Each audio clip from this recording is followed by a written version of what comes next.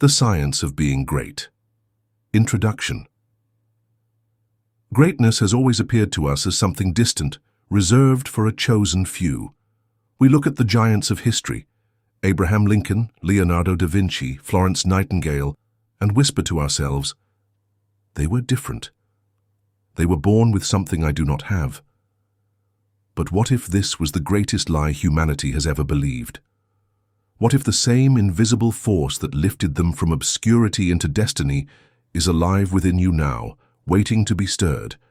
In the silence of your own being there exists a power that has no boundaries. Wattles called it the principle of power. The mystics called it the divine spark. Modern thinkers speak of it as consciousness. But whatever name you give it, it remains the same. An infinite resource that turns the ordinary into the extraordinary. This book, The Science of Being Great, is not a promise of what you might become one day. It is the revelation of what you already are. The world is crowded with people who wait for luck, for opportunity, for miracles that never come. They wait, and they shrink, and they live as if their lives were accidents instead of divine assignments. But you are not here to wait. You are here to awaken. The words you are about to hear are not theories, they are instructions. They will not ask you to admire greatness, but to embody it. They will not flatter you with wishful thinking, but demand of you a new way of living beginning today. So listen not as a spectator, but as one called to action. In the next hour, you will be given the map to unleash the boundless greatness already breathing inside you. By the time you finish this journey, you will know beyond all doubt that you are not powerless, not ordinary, not limited by heredity or circumstance. You are an emanation of the infinite, and you are meant to live greatly.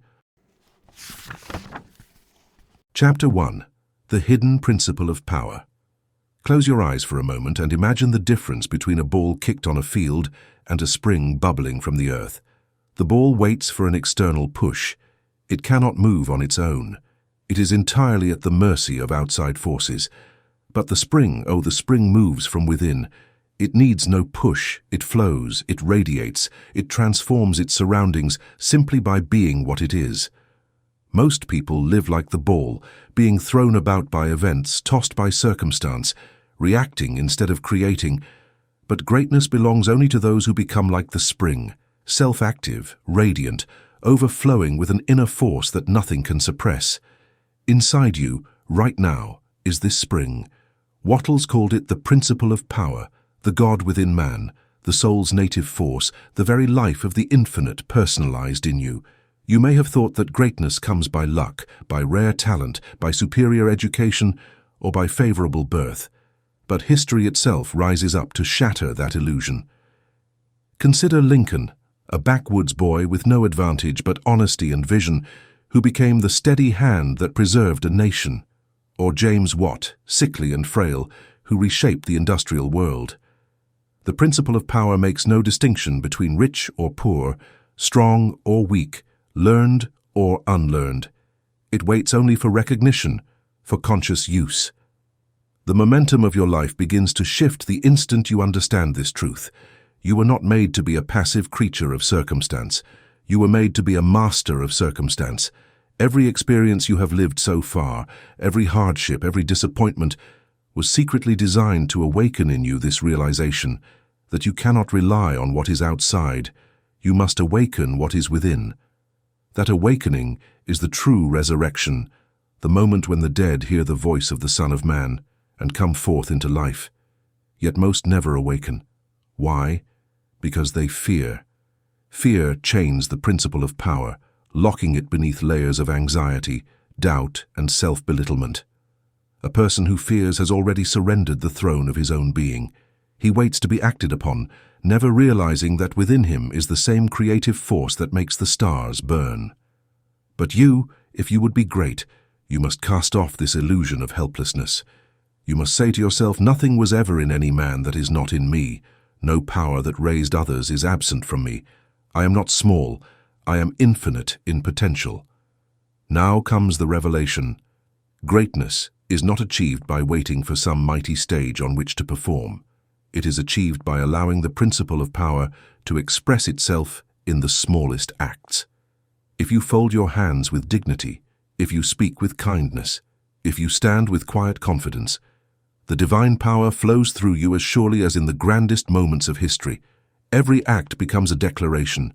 I am not a creature of chance. I am a creator with God. So take this as your first step on the journey. From this moment, refuse to see yourself as acted upon. Refuse to think of yourself as powerless or ordinary or waiting for luck. You are not the ball kicked around the field. You are the spring, flowing from within, fed by the infinite reservoir of the divine. Begin to live today as one who knows this truth, for the world does not need more spectators, it needs more springs, souls who overflow with the power of God. And that soul is you. Chapter 2. Breaking free from heredity and circumstance.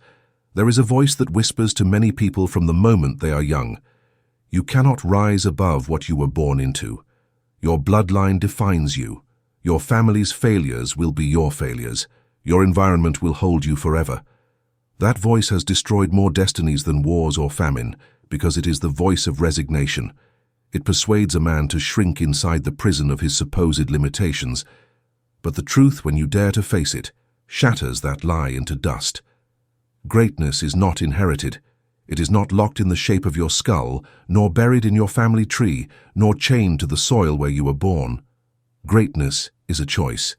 It is a decision to awaken the principle of power within you and to grow into the highest expression of yourself.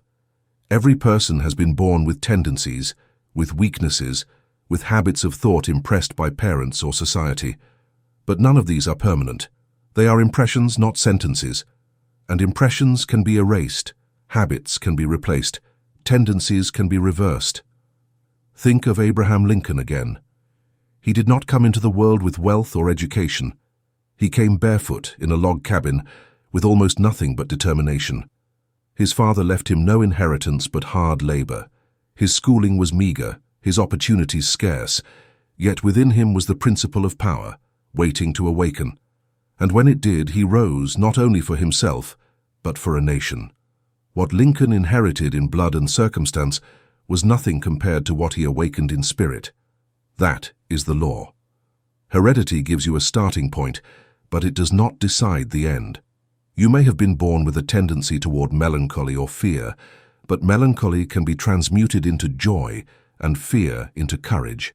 You may come from a lineage of poverty, but poverty is not permanent when the principle of power begins to move through your thought.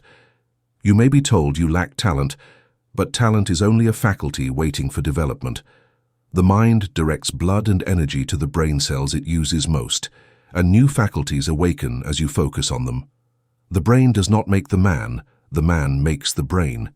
Here is where momentum begins to build. If you believe heredity is a chain, you will live as a prisoner. But the moment you believe that heredity is only clay in your hands, you take control of your destiny. The mind can mold the brain, the soul can direct the body, the will can shape circumstance. History is crowded with men and women who began with nothing, orphans, peasants, beggars, yet became leaders, scientists, saints, inventors. The principle of power in them refused to bow to birth or environment. That same principle is alive in you. Do you feel the weight of your circumstances pressing against you? Perhaps you were not given wealth. Perhaps you did not inherit influence, connections, or opportunity. Perhaps your present life is surrounded by scarcity, by daily struggle, by voices that say, "Stay where you are." Listen closely. None of these things can stop you unless you consent to be stopped. Circumstances are not enemies. They are raw material. The same power that formed you also formed the world, and it is not divided against itself. What is within you aligns with what is around you. When you rise, life itself rises to meet you. Doors that were closed begin to open. People who were distant are drawn into your path. Conditions rearrange themselves when you awaken the principle of power within. Think of George Stephenson, the father of the locomotive. He was a coal miner working in darkness beneath the earth. No schooling, no prestige, no advantage. Yet in him stirred the urge to rise. He began to study, to think, to believe he could bring something new to the world. From the mines he ascended to invention, and his work reshaped industry forever. Or consider James Watt, sickly as a child, often too weak even for school. Yet he became one of the great architects of modern engineering. In each of these stories we find proof. It is not heredity, it is not circumstance, it is not luck. It is the principle of power, moving through a man who refuses to accept limitation. Here lies the psychological trigger. As long as you hold on to excuses about your heredity or your environment, you will never grow beyond them. The excuse becomes the chain. But the moment you decide that no force outside of you can dictate your destiny, the chains fall away. You may stumble, yes, you may face obstacles, but every step will be upward. Every failure will become a lesson. Every difficulty will strengthen you. Now comes the revelation. Within you, there is more power than the sum of your ancestors. Within you there is more possibility than your environment suggests. You are not a product of your past. You are a creator of your future. This is why Wattles insists. Poverty is no bar to greatness. Heredity is no bar. Circumstance is no bar. The only bar is your own refusal to rise. So here is the action. Begin to declare. I am not bound by what was. I am not limited by what is. I am a creator of what will be. Train your thoughts to rise above excuses. When an inherited tendency tries to rule you, replace it with its opposite. If you are inclined to despondency, cultivate cheerfulness. If to fear, cultivate courage. If to anger, cultivate peace. Every habit of thought can be reversed by choosing the opposite and practicing it until it becomes natural. Every circumstance can be altered by a new thought held steadily until it reshapes the conditions of life. And here is the compelling close. You were not born to repeat the limitations of those before you. You were born to advance them. You are not here to bow beneath the environment, but to master it. The principle of power in you is the same that raised saints and leaders, scientists and visionaries. Nothing was ever in any man that is not also in you. You are not condemned by heredity. You are not shackled by circumstance. You are infinite possibility clothed in flesh, and today you are called to rise. Transition now to the next chapter, where we uncover the true source of all greatness. Not talent, not intellect, but wisdom, the divine compass that shows you the right thing to do at the right time. For heredity and circumstance may fall away, but only wisdom can guide you into your destiny. Chapter 3. The True Source of Power. Wisdom. There are men of great talent who astonish the world for a moment and then vanish into obscurity. There are men of brilliant intellect who dazzle with arguments yet leave no lasting mark. There are men of immense strength who conquer in battle but are forgotten in peace. And then there are those rare ones, Lincoln, Washington, Socrates, Jesus, whose greatness does not fade because it is rooted not in talent alone, not in intellect alone, not in strength alone, but in something deeper. That something is wisdom. Wisdom is the heart of greatness. It is not merely knowledge, not merely cleverness, not the memorization of facts or the ability to win debates. Knowledge can be gathered and forgotten. Cleverness can be admired and then dismissed. But wisdom is different. Wisdom is the ability to see truth as it really is. Wisdom is the power to know the right thing to do at the right time in the right way. Without wisdom, talent becomes arrogance, intellect becomes confusion, and strength becomes tyranny. With wisdom, even limited talent, even humble intellect, even frail strength, one can move mountains. Imagine the dark days of America's Civil War. Politicians were divided, generals were uncertain. The North was weary, the South was defiant, and the nation hung by a thread. And in the midst of it all stood Abraham Lincoln, a man with little formal education, a man mocked for his awkward appearance and humble beginnings. Yet he carried within him the steady light of wisdom. He saw through appearances. He refused fanaticism on one side and compromise with injustice on the other. He discerned the right path when others only argued in circles. Why? Because he was not guided merely by logic, nor by personal ambition, but by an inner perception of truth. That perception, that is wisdom. Momentum builds when you realize that wisdom is not something given to a select few at birth. It is not genetic. It is not the privilege of scholars or philosophers alone. It is the inheritance of every soul willing to listen, willing to align, willing to seek beyond the narrow confines of human opinion. Wattles makes it clear. Man's personal knowledge is small, limited, and uncertain. But above man's mind is the infinite mind, the cosmic intelligence that holds all truth. To be wise is simply to connect your limited mind to the unlimited mind of God. Great men and women throughout history did not create truth. They perceived it. They did not invent wisdom, they received it, and so can you. Here lies the psychological trigger. Many of us believe wisdom comes from education alone, from years of study, from gathering facts like pebbles on the shore. But you can gather a lifetime of facts and never know the ocean. You can memorize every book and still fail to live wisely. Wisdom is not information. Wisdom is perception. It comes not from straining the intellect, but from stilling it. It comes not from frantic analysis, but from communion. It is received in the silence when you surrender to the source, when you allow the infinite to whisper truth into your soul. Think of Washington in the desperate winters of the Revolution, holding together a fragile army against the world's greatest empire. Think of Napoleon, who could step onto a battlefield, glance at the terrain, and instantly know the decisive move to make. These men were not guessing. They were perceiving the truth faster than others could calculate, and yet Napoleon, for all his genius, lacked the higher wisdom of justice and service. His brilliance was consumed by ambition. Washington and Lincoln, however, rooted their decisions in principle, not in domination, and their greatness endures because their wisdom was not just tactical, it was moral. Now comes the actionable revelation. Wisdom is available to you here and now. You do not need to wait until you have read every book or solved every problem. You only need to train yourself to pause, to be still, to ask, what is the right thing to do, and to wait until you feel the quiet conviction rise from within. That conviction, that inner knowing, is wisdom. Act upon it, and you align yourself with the mind of God. Dismiss it, and you stumble in confusion. The moment you begin to trust your inner perception of truth, even in small things, you develop the faculty of wisdom in larger things. If you sense it is wrong to speak a harsh word, obey that sense. If you feel it is right to show kindness in an inconvenient moment, obey that feeling. Each time you align with truth, you strengthen your connection with infinite wisdom. And as this connection grows, your decisions will carry weight. Your actions will radiate power. Your presence will inspire trust.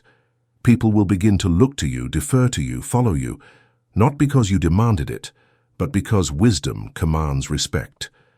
And now the compelling close. Wisdom is not a distant dream, not the property of saints and sages alone. It is the natural inheritance of your soul. It is the light that shines in you, waiting only for you to lift the veil of noise and fear. You do not need to outwit the world to be great. You need only to perceive truth and do the right thing. The world is desperate for such men and women. In a time of confusion, the one who sees clearly becomes the leader. In a world of noise, the one who speaks truth becomes the voice of power. So do not envy talent. Do not worship intellect. Do not despair at your lack of advantages. Instead, turn inward. Seek wisdom. Say to yourself, I unite my mind with the mind of God. I receive truth. I act upon truth. I live in truth. This is the path to greatness. And once you begin to walk it, you will never again mistake cleverness for wisdom or talent for power. You will know that true greatness is born only in the one who sees truth and has the courage to follow it. And as you walk this path, you will find yourself drawn naturally into the next revelation, the discovery that the wisdom you receive does not come from nowhere. It comes from the vast reservoir that surrounds you, the very mind of God itself. To understand this is to open the gates to infinite knowledge, to tap the inexhaustible fountain of truth that has guided every great soul before you.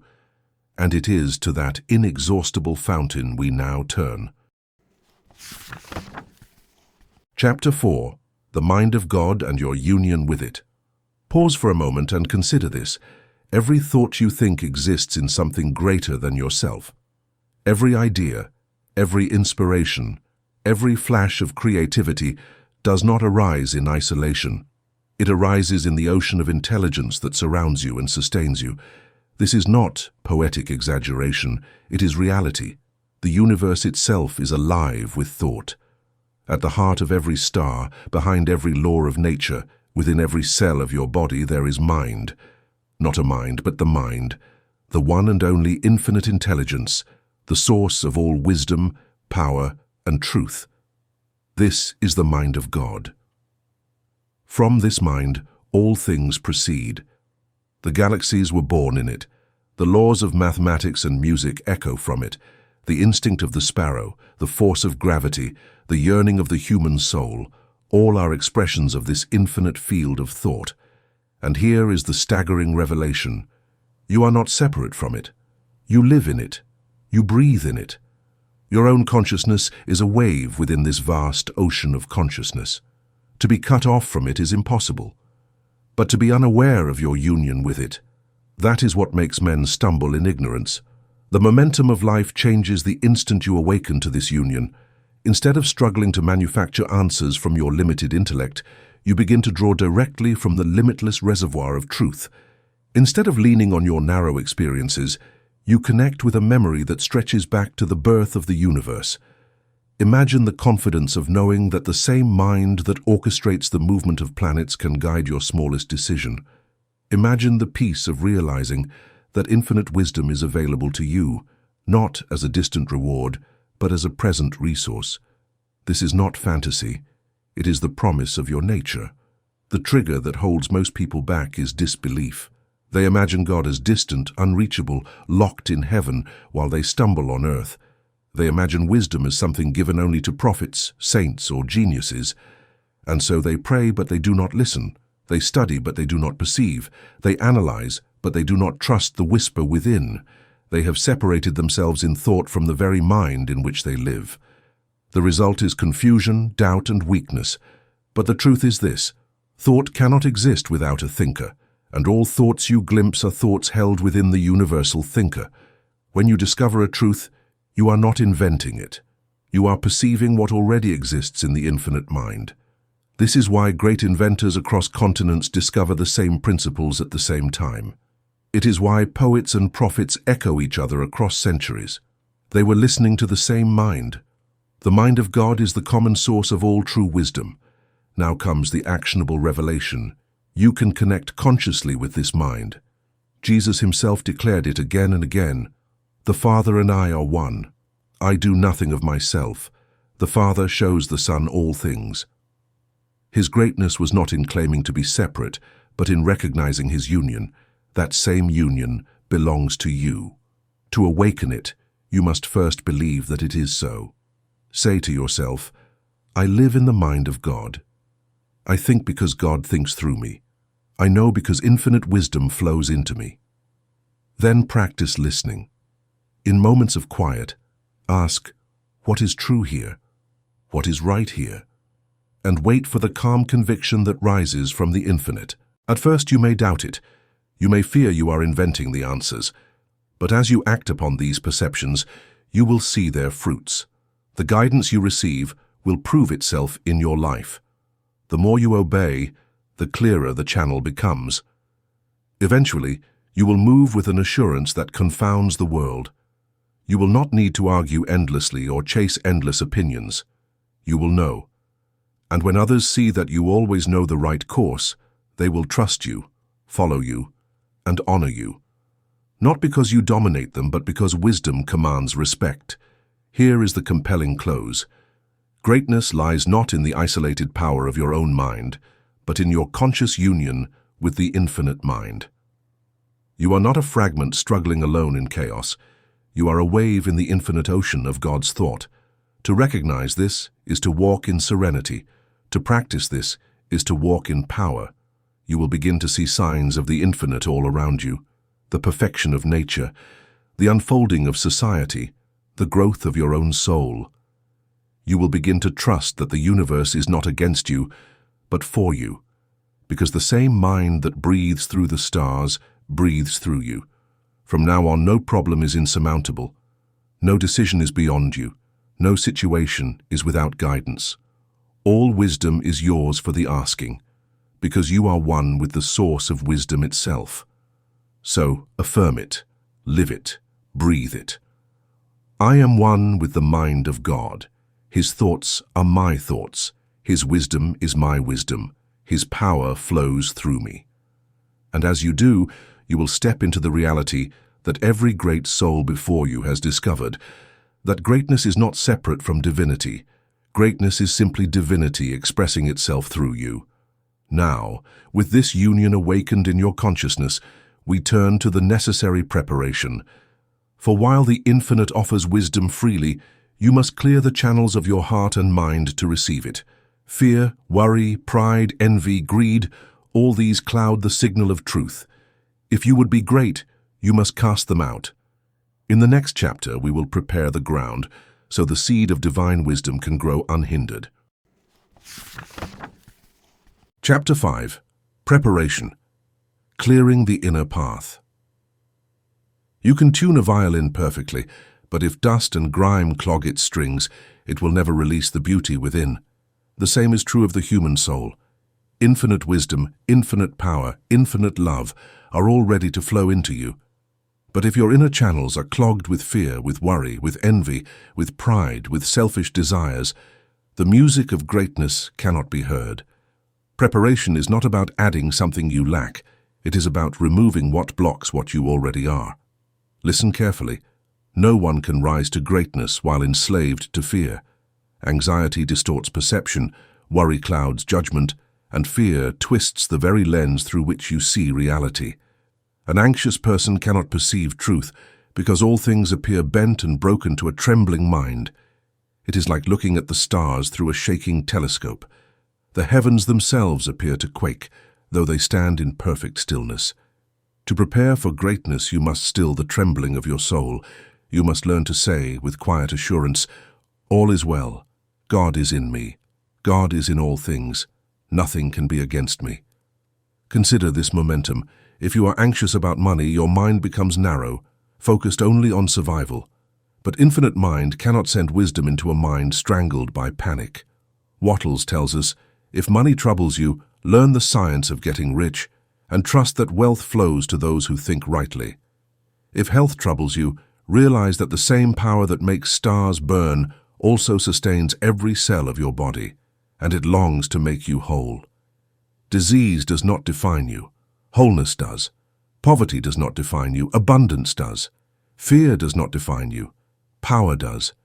Until you rise above fear and worry, wisdom will remain clouded, for wisdom is only perceived in calmness. The psychological trigger here is subtle but vital. Many people think they can hold fear in one hand and greatness in the other. They imagine they can worry about finances, envy others, harbor resentment, and still climb the mountain of greatness. But the truth is simple. You cannot carry those weights and ascend.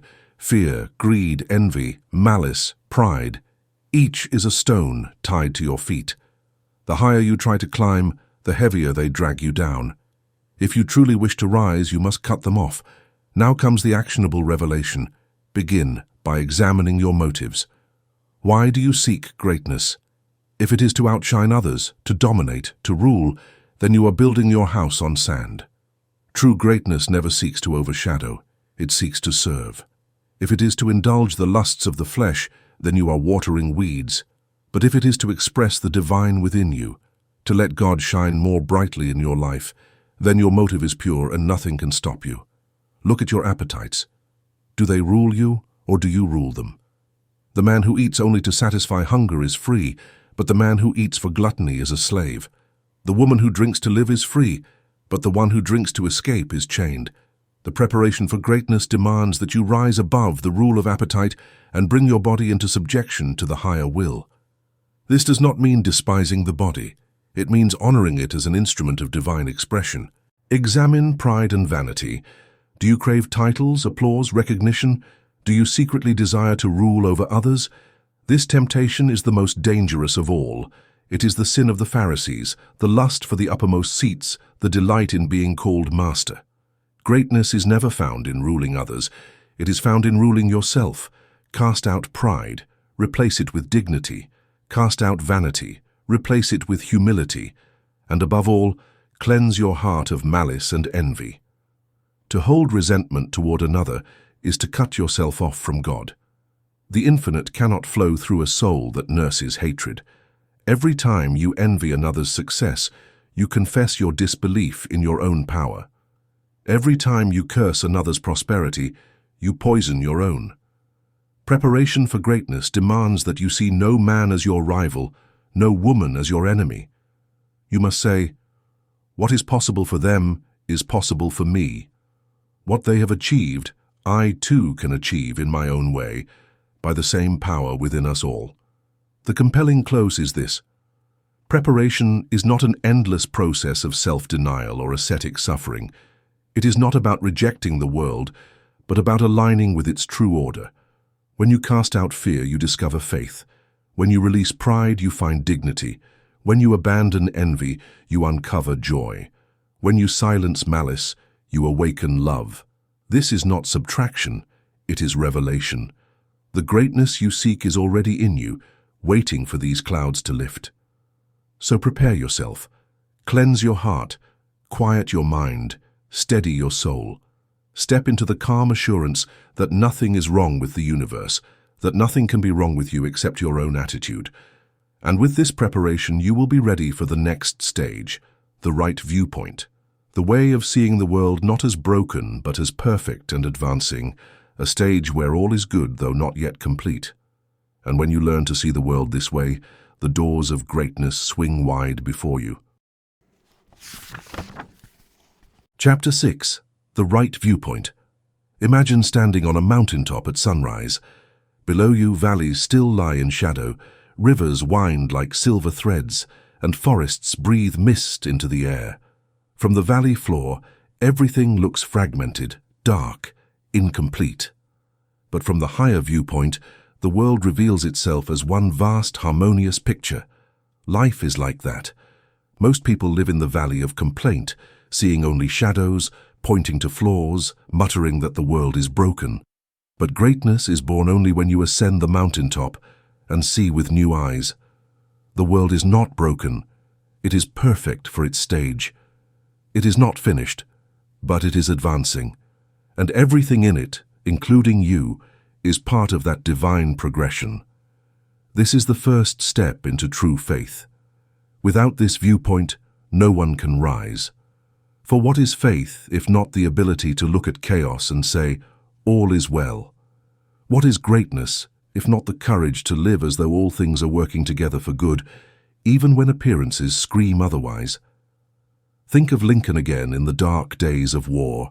Think of Washington in the bitter winter of Valley Forge. They were surrounded by confusion, defeat, and despair, yet they refused to see doom. They held the higher vision that the struggle itself was part of the unfolding of a greater destiny. It was this vision, more than their armies, that carried them to triumph. Momentum builds when you realize that how you see the world determines the size of your soul. If you see the world as rotten, collapsing, decaying, then your mind contracts, your spirit withers, and your actions shrink to fit that dark vision. But if you see the world as perfect in its stage, advancing toward completion, your mind expands, your spirit strengthens, and your actions grow large to match your vision. Two people can look at the same society. One sees hopeless corruption, the other sees divine evolution. One shrinks, the other rises. The difference is not in the facts, but in the viewpoint. Here lies the psychological trigger. Many think complaining is harmless, but every complaint is a declaration of unbelief. Every time you mutter, "This world is getting worse," you cut yourself off from the infinite mind that knows it is getting better. Every time you rail against society, you declare yourself wiser than God. But if you believe that the infinite is still creating, still advancing, still perfecting, then you align yourself with the very current of evolution. You become part of the upward flow. Now comes the actionable revelation. Adopt the viewpoint that all is right with the world. Say it until you believe it. This is a perfect world, advancing toward completion. Everything in it is good, though unfinished. Every event, every circumstance, every condition is part of the divine unfolding. Look at nature. Storms may rage, but they water the earth. Volcanoes may erupt, but they shape new lands. So too with society. Strikes, conflicts, upheavals. These are not signs of decay, but labor pains of progress. Even injustice, even disorder, is the raw material from which justice and order are born. Think of industry in its brutal beginnings. Children in factories, men crushed by endless labor, women exploited in unsafe conditions. From the valley viewpoint, this seems pure evil, but from the higher viewpoint, it is part of the savage stage of growth, no different from the harshness of the Earth's early ages. And as humanity rises, these conditions fade, replaced by better and nobler forms of work. The cure is not despair, but progress. The solution is not a complaint, but a vision. Now lift this viewpoint into your daily life. Stop seeing your personal challenges as punishments or curses. They are incomplete expressions, part of your unfolding. The debt you carry, the relationship that strains, the body that aches, these are not signs that all is wrong. They are stages on the way to completion. Nothing can be wrong with you except your attitude. If you see only brokenness, you will live small. If you see perfection in progress, you will rise to greatness. And here is the compelling close. Hold to this viewpoint no matter what storms rage around you. Say to yourself each morning, all is right with the world. All is right with my life. All is advancing to perfection. Refuse to sink into complaint, criticism, or despair, for complaint shrinks the soul, but vision expands it. Remember, no one grows great by condemning. Greatness belongs only to those who bless, who affirm, who see the hand of God in everything. So stand now on the mountaintop of faith. Look out over the unfinished world and say with conviction, behold, it is all very good. For the moment you see life this way, your heart enlarges, your mind clears, your power awakens, and you will find yourself ready for the next great step, consecration, the surrender of your whole being to the highest within you, the choice to live not from appetite or pride, but from the pure voice of the soul. Chapter 7. Consecration and Identification. There comes a moment in every life when the soul whispers, choose, not between wealth and poverty, not between fame and obscurity, but between the higher and the lower within yourself, between being ruled by appetite, fear, and pride, or by the silent voice of the divine. Consecration is this choice. It is not a ritual, not a vow spoken before men, but an inner surrender to the highest. It is the moment you say, I will no longer live half-heartedly. I will obey the soul within me, whatever the cost.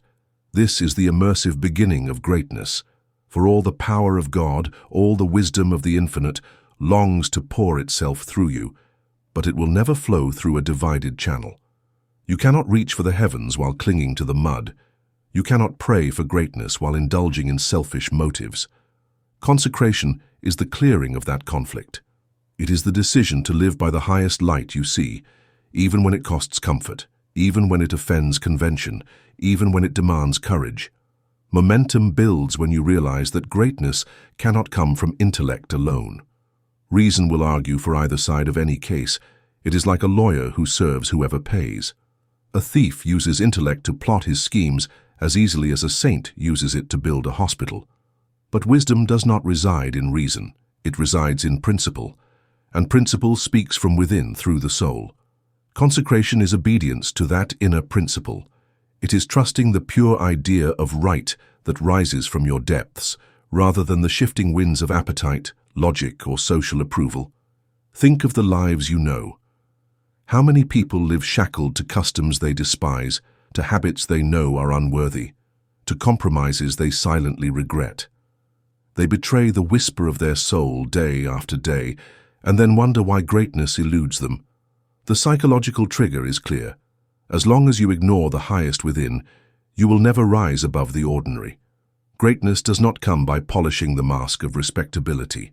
It comes by aligning with the soul's demand for authenticity. Now comes the revelation: consecration alone is not enough.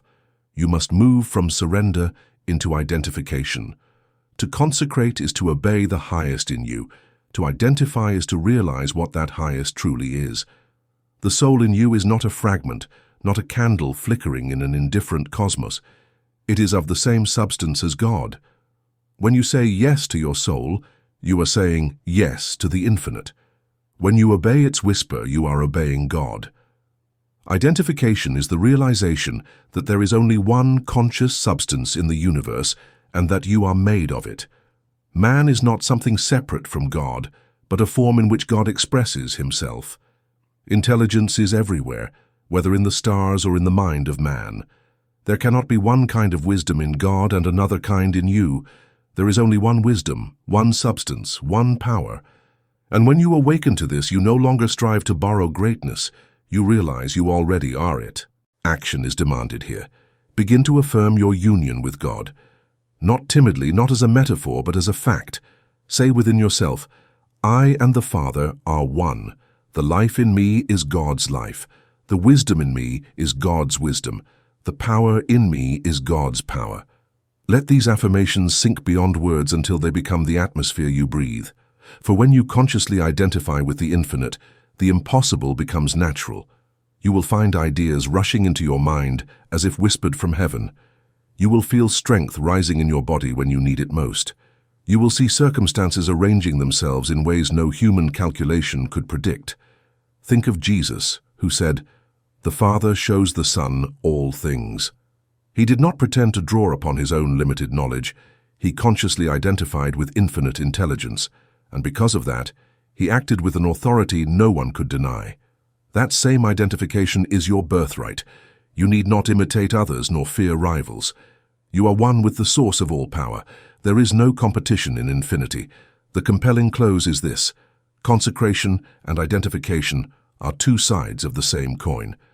Consecration clears the path. Identification fills it with divine power. To consecrate is to say, I will obey the soul. To identify is to say, the soul I obey is God himself. Together, they transform you from a wandering seeker into a channel of the infinite. So surrender, align, identify. Say with boldness, I am one with the eternal mind. I will no longer shrink, no longer compromise, no longer deny the truth of what I am. I am a God among gods, equal in substance though not yet in consciousness. And I will live as one, here and now. With this identification, you step into a new plane of existence. You no longer beg for wisdom, you receive it. You no longer hope for power, you express it. You no longer question your worth, you embody it. And as you live in this union, you will see the next step unfold, the creation of a new image of yourself, a vision so high and so clear that it reshapes not only your thoughts, but your very reality. That is the secret of idealization, and it awaits you in the next chapter. Chapter 8. Idealization and Realization. Every masterpiece begins as a vision. Michelangelo looked at a block of marble and saw David. Beethoven heard music that no orchestra had yet played. Lincoln, in the midst of division, held a vision of a nation united and free. The secret they all knew is the same secret you must now embrace. Before anything can exist in the outer world, it must first exist as a clear and living image in the inner world. This is the law of idealization. Idealization is not idle daydreaming. Daydreams are passing clouds, vague and shifting, quickly forgotten. Idealization is the deliberate act of forming a definite picture of what you intend to be, to do, or to have, and holding it with such steadiness that it becomes a living form in thought. Wattles reminds us, a thought held in thinking substance is a real thing. Invisible, yes, but real. When you form a mental picture of yourself as great, that picture exists. And by the law of creation, it must eventually externalize. The momentum builds when you understand that the image you hold of yourself is the seed of your destiny. If you picture yourself weak, limited, bound by circumstance, then that is the life that will grow around you. If you picture yourself strong, wise, radiant with power, then life will gather to match that form. The world around you bends itself to the image you continually impress upon the substance of thought. Nothing is more critical than the conception you hold of yourself. Here is the psychological trigger. Most people sabotage themselves, not by lack of effort, but by lack of vision. They attempt great things while secretly holding a small image of themselves. They labor, they strive, they pray, yet deep within they think of themselves as unworthy, incapable, or destined to fail.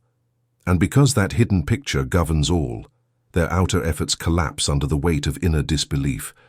The law is merciless. You can never rise higher outwardly than the image you hold inwardly. Now comes the actionable revelation.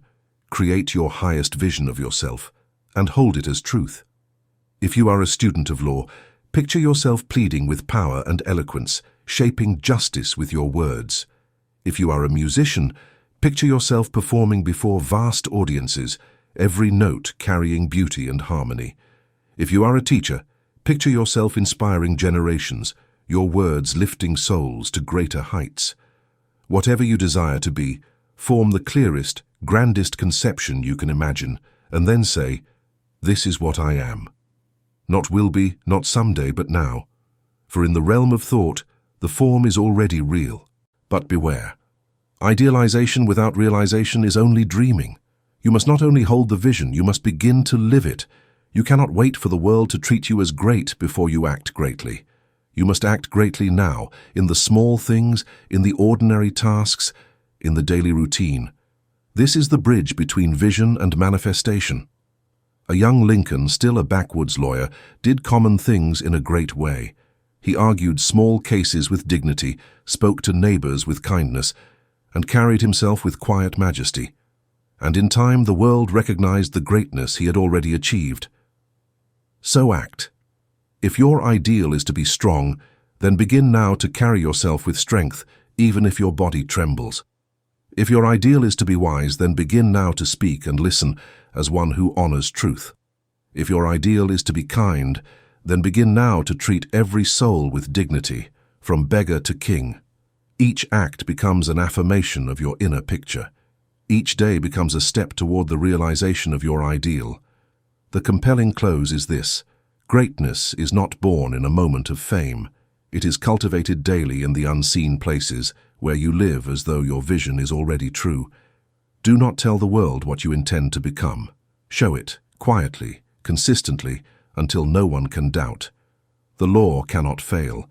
The image you hold, impressed upon thought substance, lived out in daily action, must manifest. So fix the picture of your ideal self clearly. Hold it steadily. Affirm it daily. Live it faithfully.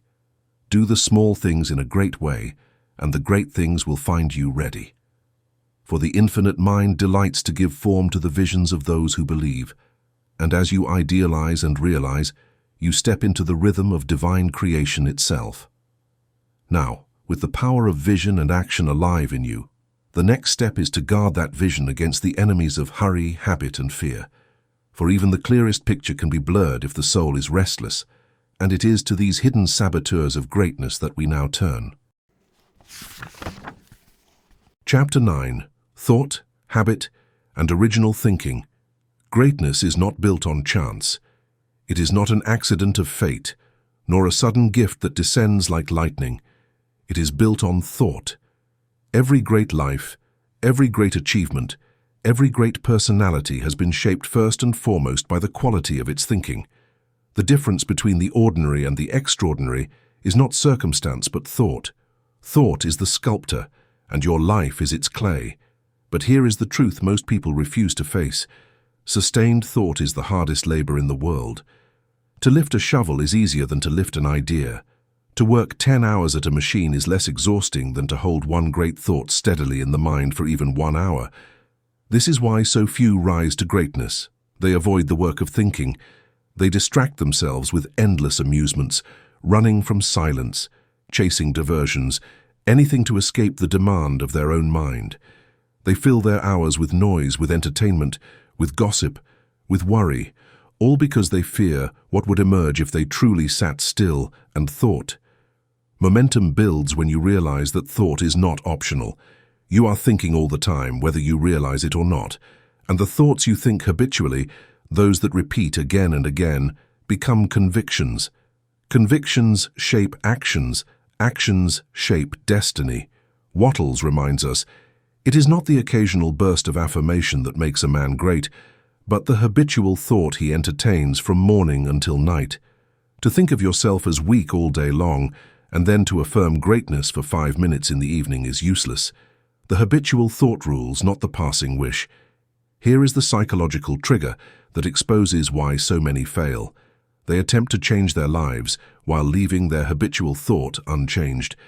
They pray for health while imagining sickness. They work for wealth while picturing poverty. They strive for love while dwelling on rejection, and then they wonder why their outer world resists them. But the law is precise. The life you live is the exact reflection of the image you habitually hold of yourself. If that image is small, your life will be small. If that image is great, your life will expand to match it. Now comes the actionable revelation. You must take control of your habitual thoughts. You must form a new conception of yourself and think it until it becomes automatic, until it is no longer something you struggle to believe, but the very air you breathe. This is the purpose of mental exercises, affirmations, meditations. They are not magic spells. They are training. Every time you repeat a thought, you carve a groove in your mind, just as water carves a channel in stone. Repeat long enough, and the thought flows by itself. Soon, it is not effort, but instinct. That is the power of habit. But habit cuts both ways. If you habitually think small thoughts, you will shrink. If you habitually think great thoughts, you will expand. Which is why the greatest discipline you can ever practice is not in your body, but in your mind. You must choose deliberately what you will think. You must say, I will not allow weakness to occupy my mind. I will not dwell on fear, failure, or limitation. I will think strength, courage, and greatness until they are my second nature. And here we come to the next secret, originality. Greatness cannot be borrowed. You cannot simply live on the thoughts of others, however wise they may be. Reading is valuable, but reading without thinking is useless. Books can only present ideas. Your greatness depends on what you do with them. Most people consume other people's thoughts like they consume entertainment, passively, without digestion, without originality. But the ones who rise are those who think for themselves. They take an idea, turn it over, apply it, test it, embody it, and out of that process emerges original thought. Original thought is what makes a man or woman magnetic, powerful, unforgettable. Consider Emerson's words, "The key to every man is his thought," and Schopenhauer's warning, "Some study all their lives and at their death have learned everything except to think." You are called not to be a library of borrowed ideas, but a fountain of original vision. This is why Wattles declares, "Nothing can make you great but thought. Not money, not connections, not luck, only thought." So the action is clear. Begin today to practice sustained and original thinking. Set aside moments not to read, not to listen, not to distract yourself, but simply to think. Choose a great theme, truth, justice, love, service, and turn it over in your mind until it yields new insights. Consider the idea that you are one with God, not once but daily, until it becomes not a phrase but a revelation. Train your mind to think in greatness as naturally as it once thought in limitation. The compelling close is this: thought is the invisible architect of destiny. Habit is its tool, originality is its crown. If you discipline your thoughts, master your habit, and dare to think originally, you will rise above the mass of men who live on borrowed ideas and unconscious patterns. You will become a source of light, not a mirror of others' reflections. And the world, hungry for real thinkers, will recognize you. So guard your habitual thought. Train it toward greatness. Dare to think for yourself. For as Wattles declares, all that you are outwardly is but the expression and completion of your inward thought. Nothing can make you great but thought, and no one can think your thoughts for you. Now, with thought awakened and habit mastered, you are ready to turn to the true measure of greatness, not in ruling, not in dominance, but in service. For the highest vision of greatness was given to us by Jesus himself, and it is to his idea of greatness that we now turn. Chapter 10. Jesus' Idea of Greatness. For thousands of years, men have equated greatness with power over others. Kings raised armies to conquer nations, emperors drenched continents in blood, businessmen fought to control markets, and politicians schemed to dominate rivals. To the ordinary mind, greatness has always meant one thing: the ability to command, to sit at the head of the table, to receive the bow, to hear the title of master. But into this world of ambition and struggle came a voice that overturned it all. Jesus looked upon the Pharisees, upon Caesar, upon the rulers of his day, and declared, "He that will be great among you, let him serve." This was not pious rhetoric. It was a revolution. In a culture where the highest place was the one that ruled, he dared to say the highest place belonged to the one who served. True greatness, he taught, is not measured by how many obey you, but by how deeply you serve others. Not by how many lives bend to your will, but by how many lives rise because of your love. The momentum of this teaching becomes clear when you contrast it with history. Napoleon, brilliant, ambitious, consumed with the lust for power, conquered Europe for a season.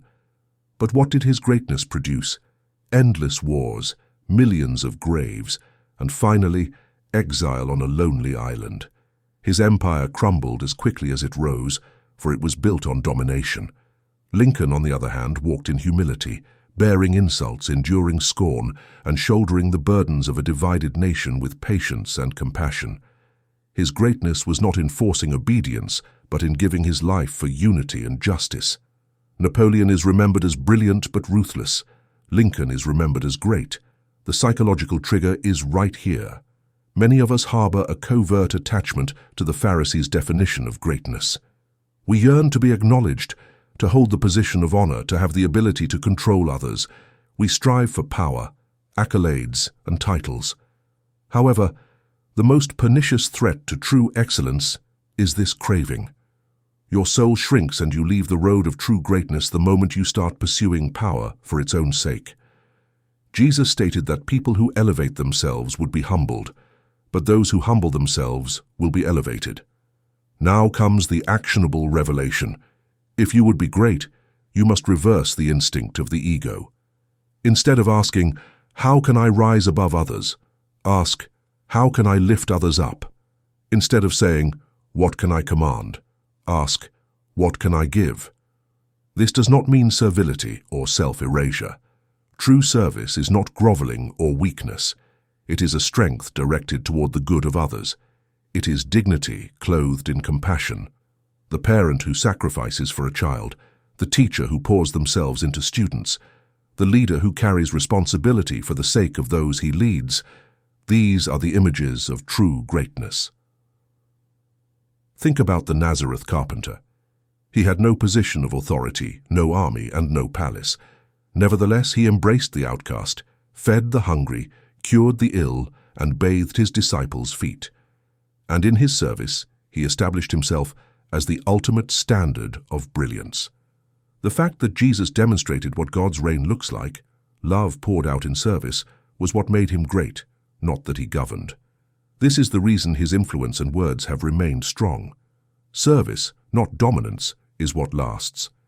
The compelling close is this: if you want to be remembered as great, do not chase recognition. Do not hunger for titles. Do not fight for the highest seat. Instead, live in such a way that every life you touch is made better because you passed through it. Serve with quiet strength, lead by lifting, speak with kindness, act with justice. Let your life echo the words of Jesus. "He that will be great among you, let him serve." This is the idea of greatness that never fades. Empires fall, crowns rust, armies dissolve, but the memory of service endures. So choose now. Will you walk the path of the Pharisees, chasing the illusion of power, or the path of Christ, embodying the reality of greatness? The choice defines not only your legacy but your soul, and with this understanding, we are ready to look deeper still, not only at individuals, but at humanity itself. For the world around you, with all its struggles and upheavals, is not a lost cause but a great story in progress. To see this is to understand the divine unfolding of evolution itself, and to take your place in it. That is the vision to which we now turn. Conclusion: the science of being great. Greatness is not reserved for a chosen few. It is not hidden in bloodlines or handed out by fate. It lives in you, now. The same intelligence that shaped Lincoln's vision, guided Washington's courage, and poured through Jesus' compassion is present in your own soul, waiting for recognition. The path is simple, but it demands faith. See the world not as broken, but as perfect in its stage, advancing toward completion. Consecrate yourself to the highest within you, casting out fear, envy, and pride. Identify with the infinite, declaring, "I and the Father are one. The wisdom of God is my wisdom. The power of God is my power." Hold a clear picture of yourself at your highest and live it today, not tomorrow. Do the small things in a great way. Speak with dignity, act with kindness, work with excellence. The world will not call you great before you act greatly. But when you live as greatness, life itself will rise to meet you. And remember this above all: true greatness is service.